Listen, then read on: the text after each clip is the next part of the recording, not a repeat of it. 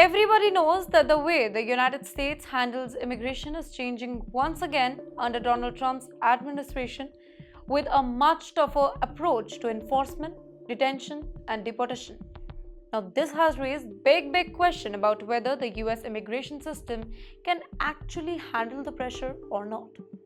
One of the biggest problems faced by immigration and custom enforcement is that there aren't enough detention centers to hold everybody who is being arrested for immigration violation. Now, because of this, ICE is forced to release some people, including those who might be a security risk, which goes against the government's promise of strict enforcement. The main reason for this is a combination of laws, budget limits, and political decision.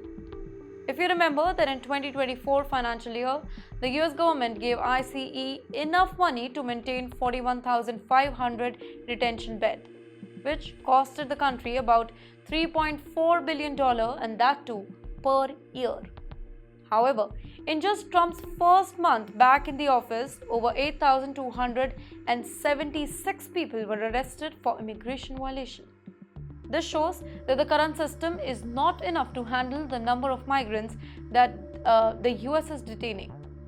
ICE itself has admitted that because there are not enough detention spaces, they have to make choices about who gets detained and who is released. This is a major issue because it doesn't match the government's promise of strict enforcement, making people question the effectiveness of the new policy.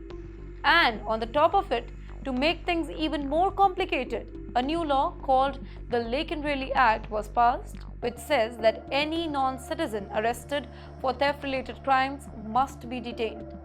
This has added even more pressure on ICE's already very limited resources. In response, ICE has said that to meet this new requirement, they would need 60,000 more detention beds, which would actually cost an additional $3 billion.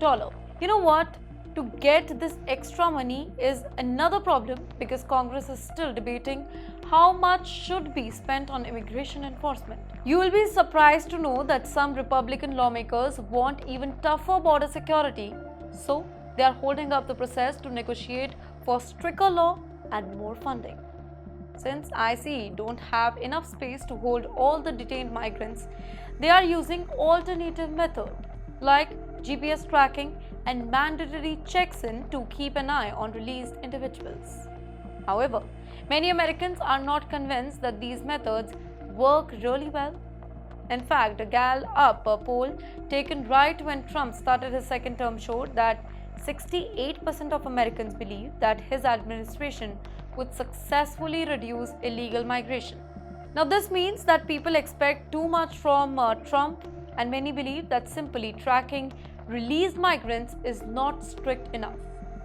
This immigration issue is not just a problem inside the US, it's also a big international issue. You remember, under Joe Biden's administration, the government focused more on helping asylum seekers and working with other countries to reduce illegal migration before people even reach US.